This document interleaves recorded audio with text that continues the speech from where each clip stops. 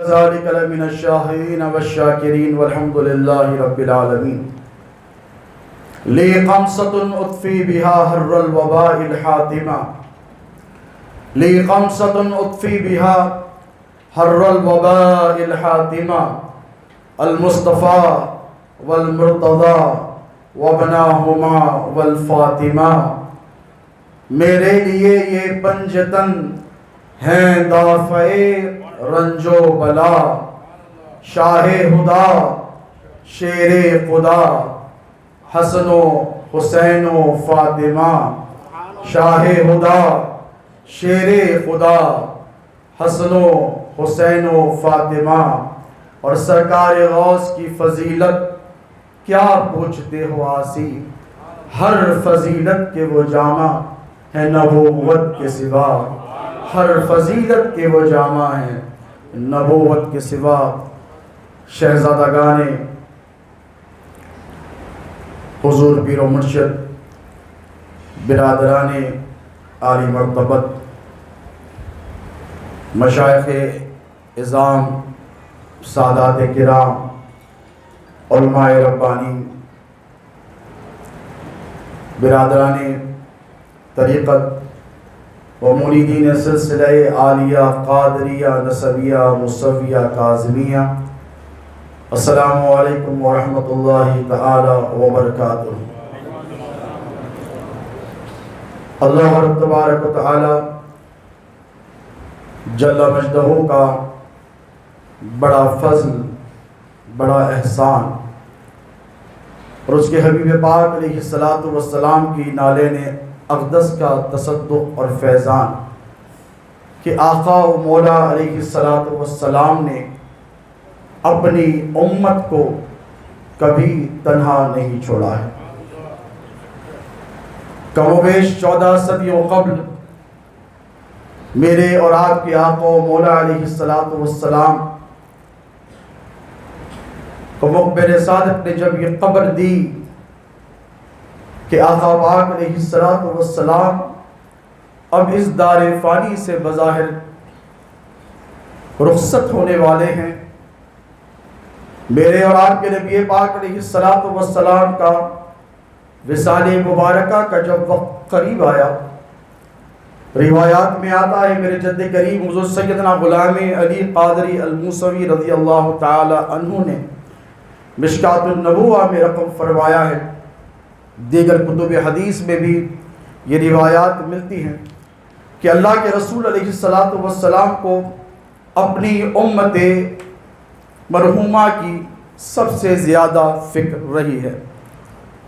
مشائخ اعظام کی اجازت سے چند کلمات ادا کروں تاکہ مریدین سلسلہ کی قلبی تسکین کا سامان فراہم ہو سکے. آقا و مولا علیہ الصلاۃ والسلام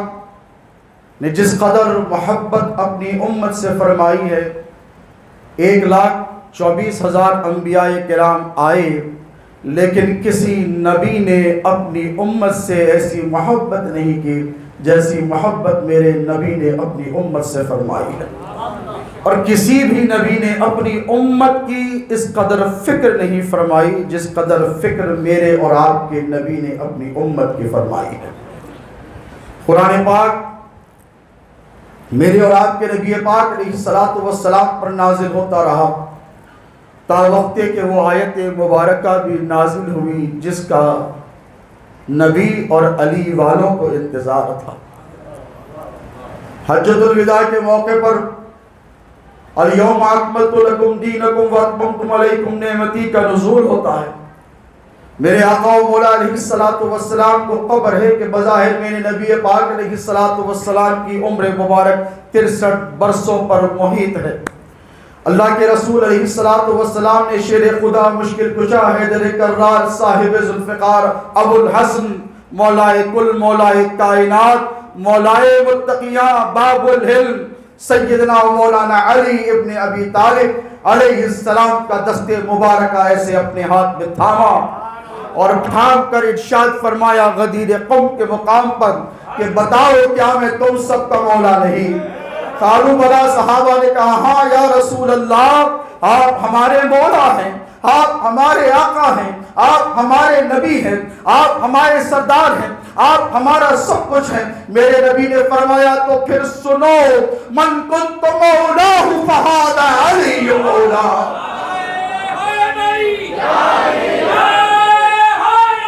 کہ میں جس کا مولا،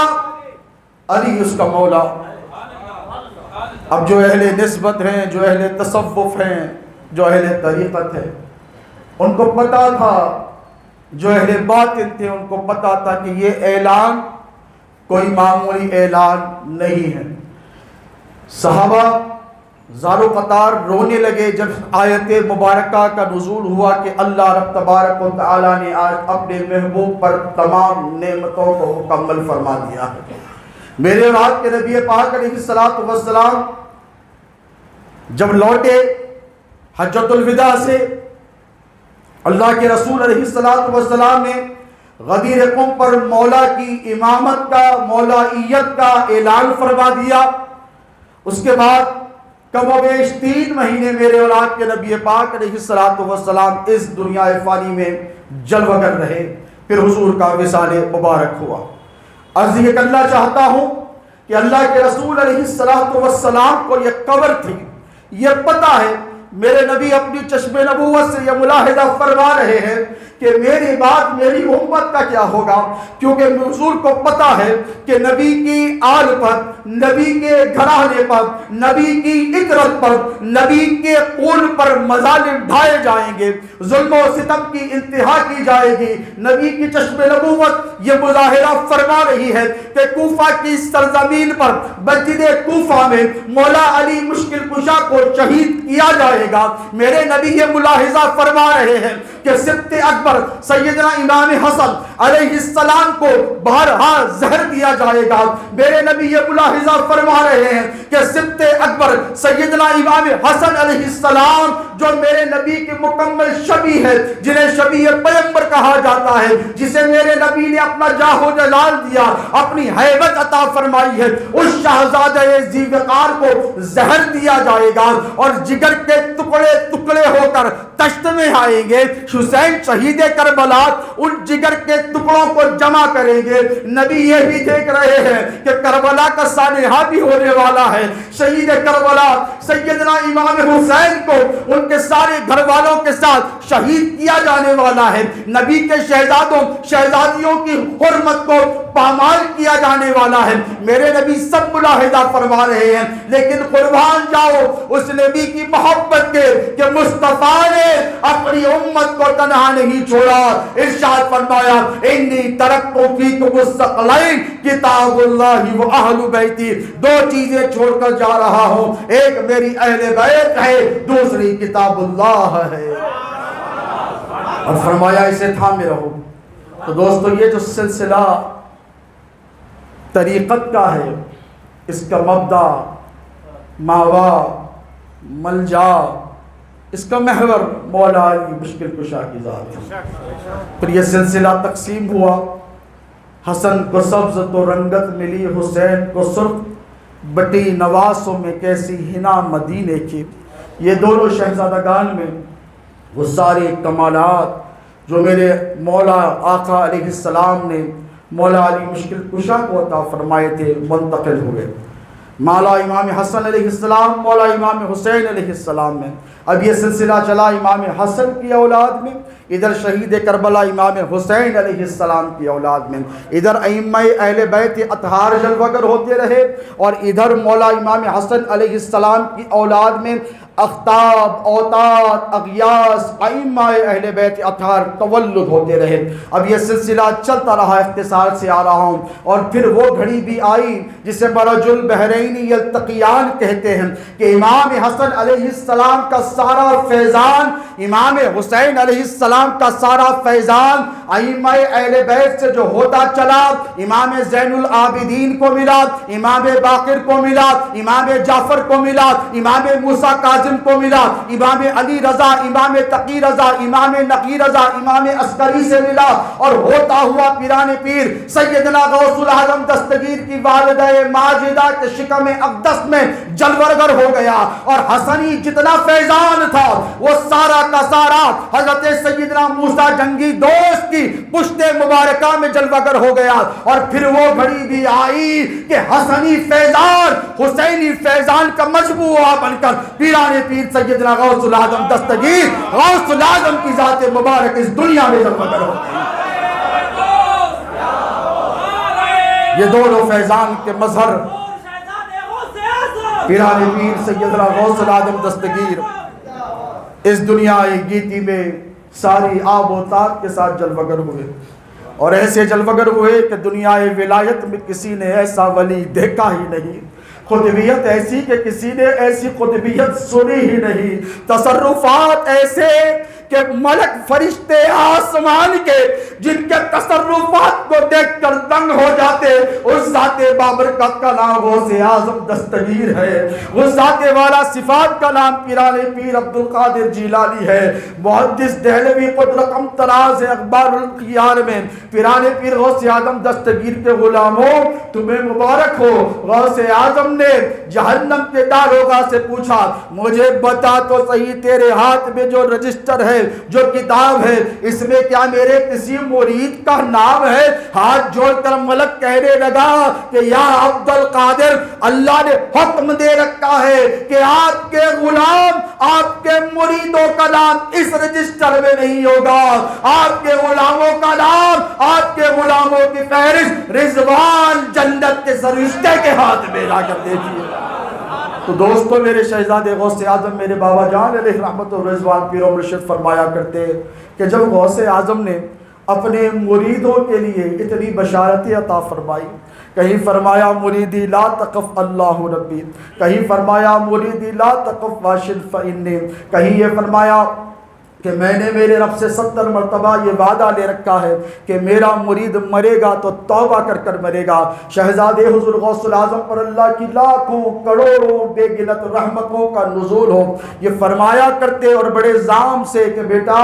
جب مریدوں کے لیے اتنی بشارتیں ہیں تو پھر اولاد کے لیے کتنی بشارتیں ہوگی۔ یہ مقام یہ بشارتوں کا سلسلہ ہم نے شہزادے حضور غوث العظم کی 74 سالہ زندگی میں چلتے پھرتے اٹھتے بیٹھتے دیکھا ہے۔ 1948 میں بالاتفاق دیکھے کہ آج 9 صفر المظفر ہے اور شہزادے غوث العظم کی ولادت بھی 9 صفر المظفر 1948 ہی کو ہوئی تھے۔ جب اس دنیا فانی میں تشریف لائے شہزادے غوث العظم تو آپ کے والد بزرگوار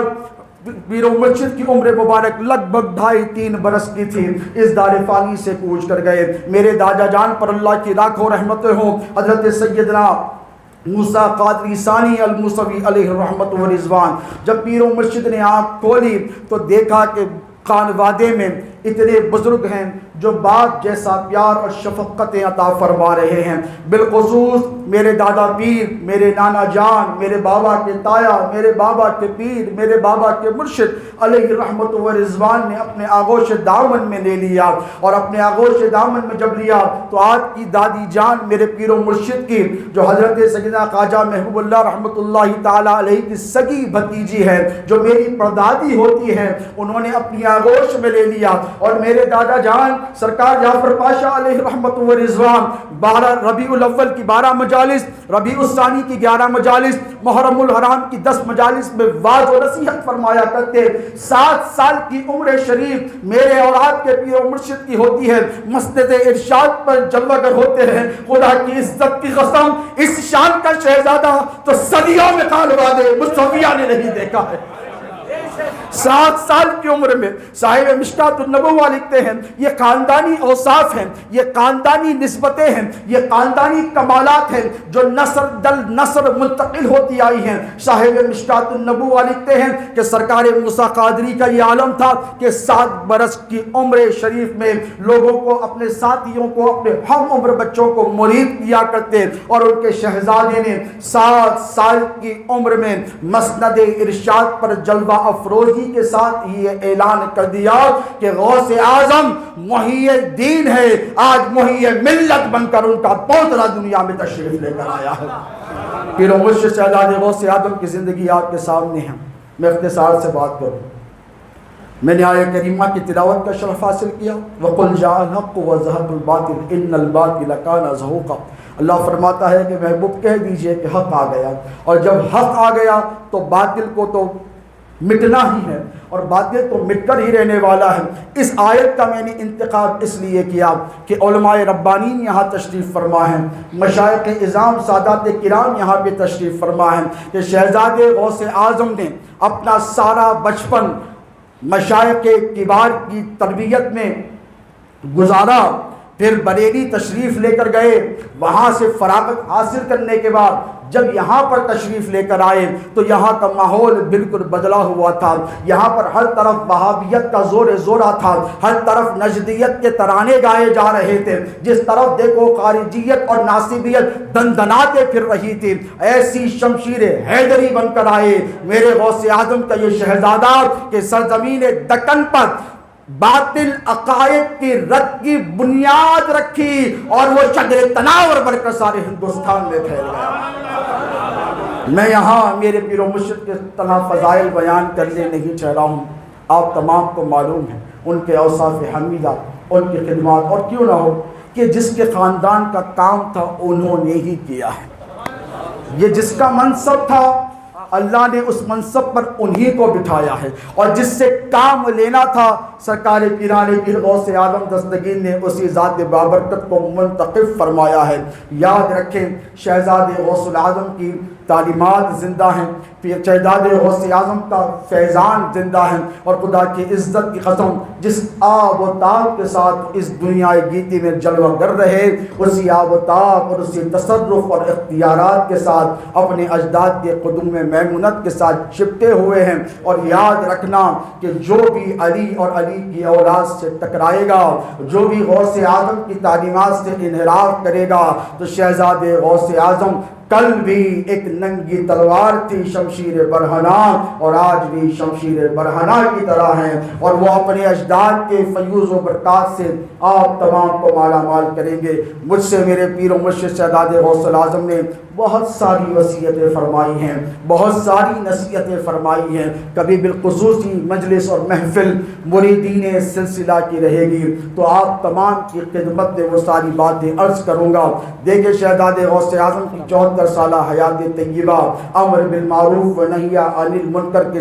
چلتی پھرتی تفسیر تھے، اور سینہ ایسا کشادہ تھا جیسے علم نشرح لک صدرک کا سارا فیضان لے کر بیٹھے تھے، اور کھانے کھلانے میں غوث اعظم کے خیرات بانٹنے میں خدا کی قسم میں نے میرے پیر و مرشد کا ثانی نہیں دیکھا ہے۔ چلتی پھرتی ومما رزقناہم ينفقون کی تفسیر میں نے شہزادے حضور غوث اعظم کو دیکھا ہے۔ اور کیوں نہ ہو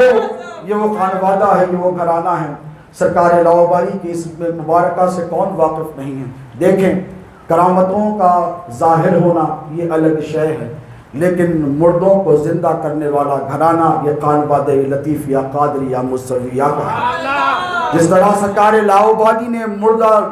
مردوں کو زندگی عطا فرمائی، انہی کے شہزادے نے شہزادے غوث اعظم نے مردہ قلوب کو زندگی عطا فرمائی، اور ان کا فیضان رہتی دنیا تک جاری اور ساری رہے گا۔ اور آج میں نے یہ جو خرقہ زیبتن کیا ہے، تمام خانقاہوں میں اپنے اپنے جانشینان کو سلسلے کے شیوخ طریقت عطا فرماتے ہیں، لیکن میری یہ خوش نصیبی ہے کہ مستغنی عن الالقاب سرکار سیدنا موسیٰ قادری کا خرقہ مجھے نصیب ہوا ہے۔ یہ میری خوش بختی ہے، خوش نصیبی ہے، اور یہ میرے پیر و مرشد کا فیضان ہے۔ خدا کی عزت کی قسم کہ برسوں سے جو روایت ترک ہو گئی تھی، میرے پیر و مرشد نے کرامتاً اسے پھر سے ظاہر فرما دیا ہے۔ اور یاد رکھیں کہ جو مشائخ طریقت یہاں پر بیٹھے ہیں، یہ سب کے سب مولا علی مشکل کشا کا فیضان لے کر بیٹھے ہیں، پیران پیر سیدنا غوث اعظم دستگیر کا فیضان لے کر بیٹھے ہیں۔ بحیثیت جانشین و خادم شہزادے حضور غوث اعظم مجھ پر یہ ذمہ داری عائد ہوتی ہے، اور میں اپنے آپ کو ذمہ دار گردانتا ہوں کہ جو شہزادے حضور غوث العظم کا مشن تھا ہم رہتی سانسوں تک اس مشن کو جاری اور ساری رکھیں گے۔ رد خارجیت ہو کہ رد ناصبیت ہو کہ بدعقیدگی کے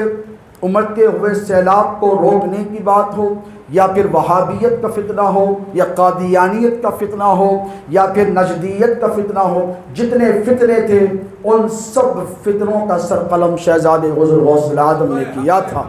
اور ان کی تعلیمات پر عمل کرتے ہوئے ہم سب اس بات کا عہد کرتے ہیں میرے برادران ذی وقار کے ساتھ، مولانا سید علی رسول قادری الموسوی الجیلانی حسنین پاشا، برادرم سید شاہ آل محمد قادری الموسوی الجیلانی شبر پاشا اور جمیع خانوادے کے حضرات اور تمام مشائخ اعظام سے میں اس بات کا عہد لینا چاہتا ہوں کہ آئیں آپ مجھ سے عہد کریں کہ ہم مولا کائنات مشکل کشا شیر خدا کی محبت کو ہماری نسلوں میں منتقل کرتے رہیں گے، اور صرف یہی بات پر اکتفا نہیں کریں گے، علی علی کریں گے، اور جو علی کی مخالفت کرے گا، جو مولا علی مشکل کشا کی شان اقدس میں گستاخی کی جرت کرے گا، پھر ہم اسی طرز پر عمل کریں گے جس کی تعلیمات ہم کو شہزادے حضور غوث العظم نے دی تھی۔ مریدین سلسلہ کی تسلی کے لیے آخری بات عرض کر دوں کہ یہ جو خرقہ خلافت پہنایا جاتا ہے اس کی ایک اصل ہے، اس کی ایک حقیقت ہے، علماء مشائخ یہ بخوبی جانتے ہیں، لیکن یہ جب پہنایا جاتا ہے تو اس کی ذمہ داریاں ہوتی ہیں، اور میں تمام برادران کی موجودگی میں تمام مریدین سلسلہ سے کہتا ہوں کہ اگر میں کبھی اپنے اس منصب سے روگردانی کرتا ہوا نظر آؤں تو آپ کبھی بھی میرا ہاتھ تھام کر کہہ سکتے ہیں کہ آپ اپنے بابا کے منہج اور طریقے سے ہٹ رہے ہیں۔ میں قسم کھا کر کہتا ہوں اللہ کی عزت کی کہ میں اپنی زندگی کی آخری سانسوں تک شہزادے حضور غوث العظم کے منہج، ان کے طریقے، ان کے مشن اور ان کی تعلیمات پر عمل پیرا رہنے کی کوشش کروں گا۔ یہ جو خرقہ خلافت مجھے ملا ہے، یا جتنے یہاں پر سجادگان و جانشینان اولیاء و اکابر بیٹھے ہیں ان کو ملا ہے، اس کے پیچھے ایک حقیقت ہے، اس کے پیچھے ایک حکایت ہے جو عرض کر اپنی بات کو اختتام کروں، پھر ہم انشاءاللہ مزار اقدس کی طرف رخ کریں گے۔ حضور پاک علیہ الصلوۃ والسلام نے جو خرقہ خلافت سب سے پہلے عطا فرمایا تھا وہ مولا علی مشکل کشا کی ذات بابرکت تھی۔ میرے جد کریم صاحب تصانیف کثیرہ عارف باللہ حضور سیدنا غلام علی قادری الموسوی رضی اللہ تعالی عنہ مشکات النبوہ میں رقم تراز ہیں، اور حضور سیدنا بندہ نواز علیہ رحمت و رضوان نے بھی اپنے ملفوظات میں لکھا ہے کہ میرے اور آپ کے نبی پاک علیہ الصلوۃ والسلام جب معراج کی رات گئے تو بظاہر جب 5 وقت کی نمازوں کا تحفہ لے کر آئے تو اللہ رب تبارک و تعالیٰ نے اپنے حبیب پاک علیہ الصلوۃ والسلام کو ایک خاص قسم کا جبہ عنایت فرمایا۔ اسی جبے کی برکتیں لے کر یہ فقیر قادری آپ کے سامنے ٹھہرا ہوا ہے۔ حضور پاک علیہ الصلوۃ والسلام جب لوٹنے لگے تو اللہ رب تبارک و تعالیٰ نے